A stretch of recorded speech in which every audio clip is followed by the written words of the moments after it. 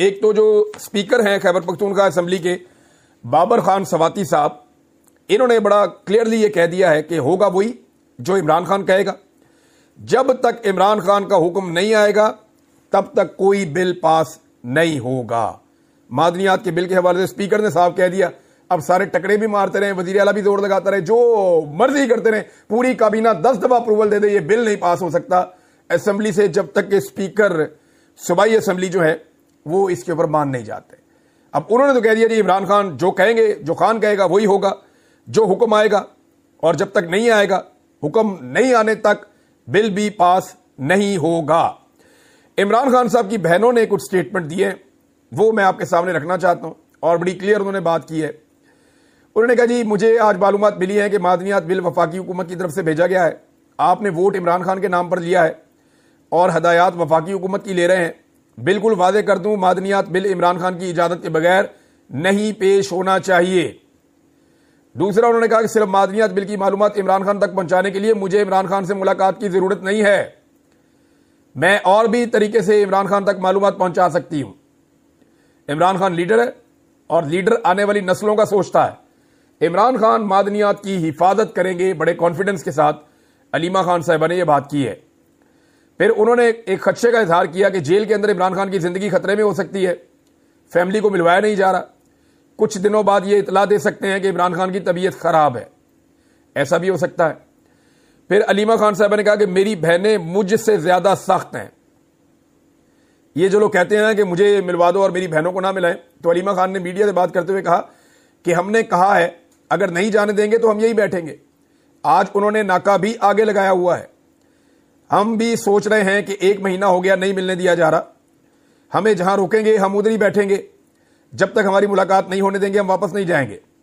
हमने खुद कहा है पार्टी एहतजाज ना करे, हम खुद इस मामले को देखेंगे, अगर गिरफ्तार करना है तो करें। पिछली दफा जो मिले हैं उन्होंने बताया इमरान खान ने शोर मचाया, फैमिली को क्यों नहीं आने दे रहे। बैरिस्टर अली जफर हमारे पास आए थे, पिछली दफा 2 बहनें मुलाकात के लिए चली जाए, मेरी बहनें अपसेट हो गई थी, उन्होंने भी एहतजाजन मुलाकात से इनकार कर दिया।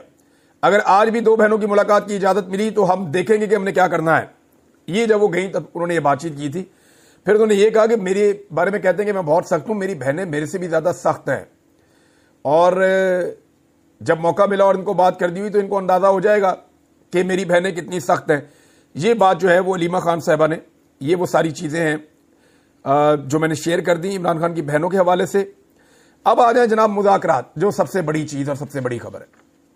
फैसल चौधरी साहब ने इमरान खान साहब को कहा जेल में कि बयानिए की लड़ाई वाहिद लड़ाई थी जो आप जीत रहे थे, पूरे पाकिस्तान में आपका बयानिया बिक रहा था, अब आपका स्टेटमेंट बाहर नहीं आ रहा। काफी दिन हो गए हैं बयानिए के मैदान में पाकिस्तान तहरीक इंसाफ कुछ पीछे चली गई है। वॉर ऑफ नैरेटिव आपको हर हाल में जीतनी होगी, और यह तासुर दिया जा रहा है कि आप कहीं मुज़ाकरात चाहते हैं, कोई डील चाहते हैं, और बाहर आपके अपने लोग ये बातें कर रहे हैं और इसमें नेगेटिव इंपैक्ट आ रहा है। तो इस पे इमरान खान साहब ने क्लियरली कहा कि अली अमीन गंडापुर मेरे पास आया था, मेरे पास आदम सवाती भी आया था, और इन दोनों ने मुझे बहुत बार बार कहा मुज़ाकरात करने के हवाले से, और मैंने इनको साफ कहा था कि मैं इन्हें इस काबिल नहीं समझता, या मैं नहीं समझता कि ये कोई बातचीत करेंगे या कोई रास्ता निकालेंगे। इमरान खान साहब ने बड़ा क्लियरली कह दिया, मैंने किसी को टास्क नहीं दिया कि वो बातचीत करे या डील करे। इमरान खान साहब ने यह भी कहा कि मैं इस बात को मानता हूं और मैं इसमें बड़ा क्लियर हूं कि इनकी नीयत नहीं है बिल्कुल भी, और ये मुझे कुछ और समझ बैठे हैं और मैं कुछ और हूं। फजलुर रहमान साहब के बारे में इमरान खान साहब ने कहा कि फजलुर रहमान साहब के मामले में उनको बताया गया ना कि फजलुर रहमान साहब की पार्टी भी एतराज कर रही है कि जनाब आप एस्टेब्लिशमेंट के साथ डीलें कर रहे हैं या बातचीत कर रहे हैं, तो हम फिर कहां खड़े हैं। देखें इसके ऊपर जो है ना वो एक स्टेटमेंट, ये बहुत इंपॉर्टेंट चीज है। फजलुर रहमान वाले मामले में ये अली अमीन गंडापुर ने जो किया और जो आदम सवाती ने किया, उसका नुकसान पाकिस्तान तहरीक इंसाफ और फजलुर रहमान साहब का जो एक इत्तेहाद बन रहा था उसको हुआ है। हुआ यह था कि फजलुर रहमान साहब ने तय किया था पाकिस्तान तहरीक इंसाफ से, और उनके लोगों ने तय किया था कि जब भी कभी आपकी बातचीत होगी एस्टेब्लिशमेंट के साथ या कोई आगे बढ़ेंगे मामला, तो सारा जो स्टेक होल्डर है, जितना भी अपोजिशन का इत्तेहाद है, वो बात करेगा। और एस्टेब्लिशमेंट से जो बातचीत होगी वो कोई पर्सनल तो बात किसी ने करनी नहीं, मुल्क के लिए बात करनी है। तो फिर उनसे बात ये होगी कि तुम लोग बैरकों में जाओ, हमें हमारा काम करने दो, हम पाकिस्तान के मामलात को और सियासत को संभालते हैं, तुम जाके अपना काम करो। तो ये बातचीत होगी और इस पर पाकिस्तान तहरीक इंसाफ और बाकी सारे स्टेक होल्डर्स ने एक दूसरे के साथ ये कहा था बिल्कुल ठीक है, ऐसा ही होना चाहिए। लेकिन अब सूरत बदल गई।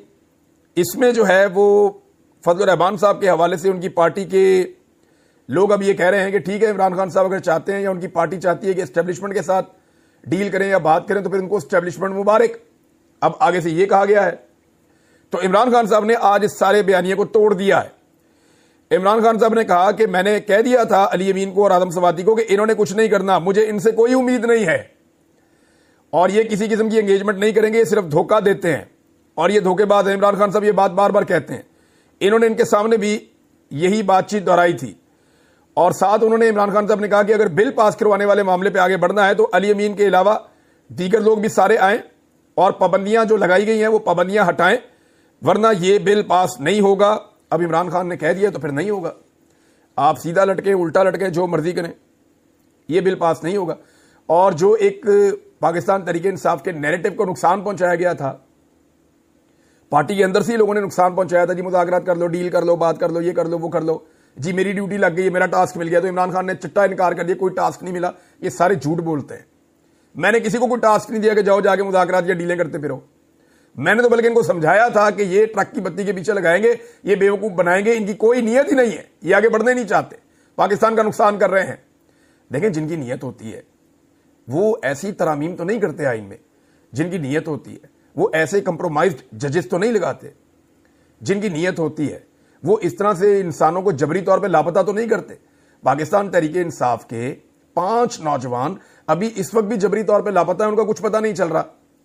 अहमद नूरानी के 2 भाई जो हैं वो जबरी तौर पे लापता हैं, बेशुमार और लोग लापता हैं। अभी मेरे पास एक और खबर आई थी कि बलूचिस्तान में 3 इलाके हैं, पसनी का, कोयटा का और तुरबत का, वहां से शौकत, सलाल और शेर खान, इन नौजवानों को जबरी तौर पे लापता किया गया है।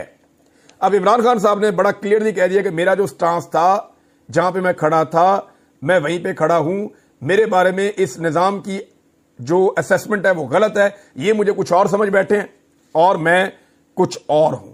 ये है जनाब आज का लुब्बे लुबाब। अब आ जाए नाजरीन, अहमद नूरानी साहब की वालदा दोबारा आज अदालत में पेश हुई और इंतहाई अफसोसनाक मनाजिर आज फिर हमने देखे हैं। अहमद नूरानी साहब की जो वालदा है उन्होंने अदालत में कहा कि मेरे बच्चे बिल्ली के बच्चे तो नहीं हैं जज साहब, अमीरों के बिल्ली के बच्चों को भी कुछ हो जाए तो हर चीज हरकत में आ जाती है।